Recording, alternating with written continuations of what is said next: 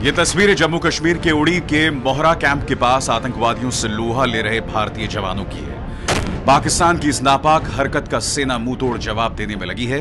जम्मू कश्मीर में आतंकवादियों ने 13 घंटे के भीतर 4 आतंकवादी हमलों को अंजाम देकर हड़कंप मचा दिया है।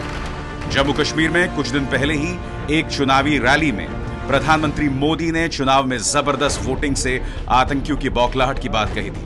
सवाल उठ रहे हैं कि क्या सूबे में चल रहे चुनाव में बाधा डालने के लिए आतंकवादी हमले किए जा रहे हैं। बुलेट के जोर से बैलेट को दबाने की कोशिश करते थे। पहली बार यहां की जनता में ताकत आई है कि उन्होंने बुलेट को दबा करके बैलेट का परिचय करवा दिया है। ये ताकत है।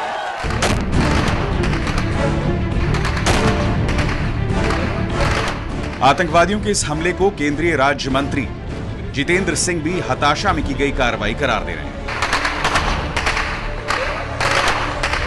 जम्मू कश्मीर के लोग बुलेट का जवाब बैलेट से देने की क्षमता रखते हैं और शायद यही कारण है हिंसा का समर्थन करने वाले लोग इस प्रकार की गतिविधियों में उतर आए हैं।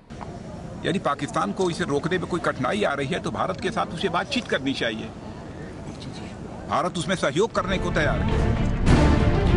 आज सुबह 3:10 पर आतंकवादियों ने उड़ी में 31 फील्ड रेजिमेंट के कैंप पर हमला बोल दिया। इसमें सेना के एक लेफ्टिनेंट कर्नल और एक जेसीओ समेत 11 जवानों को शहादत देनी पड़ी। वहीं हिंदुस्तान का सीना छलनी करने के मकसद से आए 6 आतंकवादियों को सेना ने मार गिराया। बहुत जबरदस्त आवाज आया तो फायरिंग होगी, तो अभी भी फायरिंग चल रही है, तो हम घरों में बैठे। लेकिन आर्मी हर एक ये एफर्ट्स नाकाम कर रही है। सेना उड़ी में आतंकवादियों को नेस्तनाबूद करने में जुटी ही थी। तभी दोपहर होते होते खबर मिली कि श्रीनगर के सौरा में कुछ आतंकवादी एक घर में छिपे हैं। सेना वहां एक आतंकवादी को ढेर करने में कामयाब रही। उड़ी और सौरा में सेना का ऑपरेशन चल ही रहा था। इस बीच आतंकवादियों ने शोपियां में एक पुलिस थाने में ग्रेनेड से अटैक कर दिया।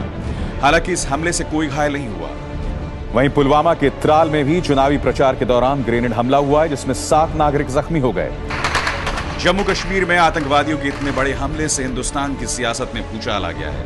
विपक्ष अब बीजेपी के उन वादों को याद दिलाने में जुटा है जिसमें पाकिस्तान के खिलाफ कड़ी कार्रवाई की बात कही गई थी।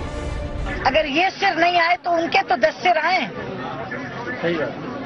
सवाल ये है कि हम बिल्कुल प्रतिक्रिया के अलावा बैठे रहें और खेल खिलाते रहें और वार्ता करते रहें, ये तो नहीं होगा। कम से कम एक ताकतवर सरकार की प्रतिक्रिया तो हम दें। अब समूचा विपक्ष पूछ रहा है कि बीजेपी के इस वादे का क्या हुआ। इन्होंने ये कहा था कि यदि हमारा एक जवान मारा जाएगा तो उसके बदले में हम 2 उनके जवानों को मौत के घाट उतारेंगे। बहुत लंबी चौड़ी बातें कही थी।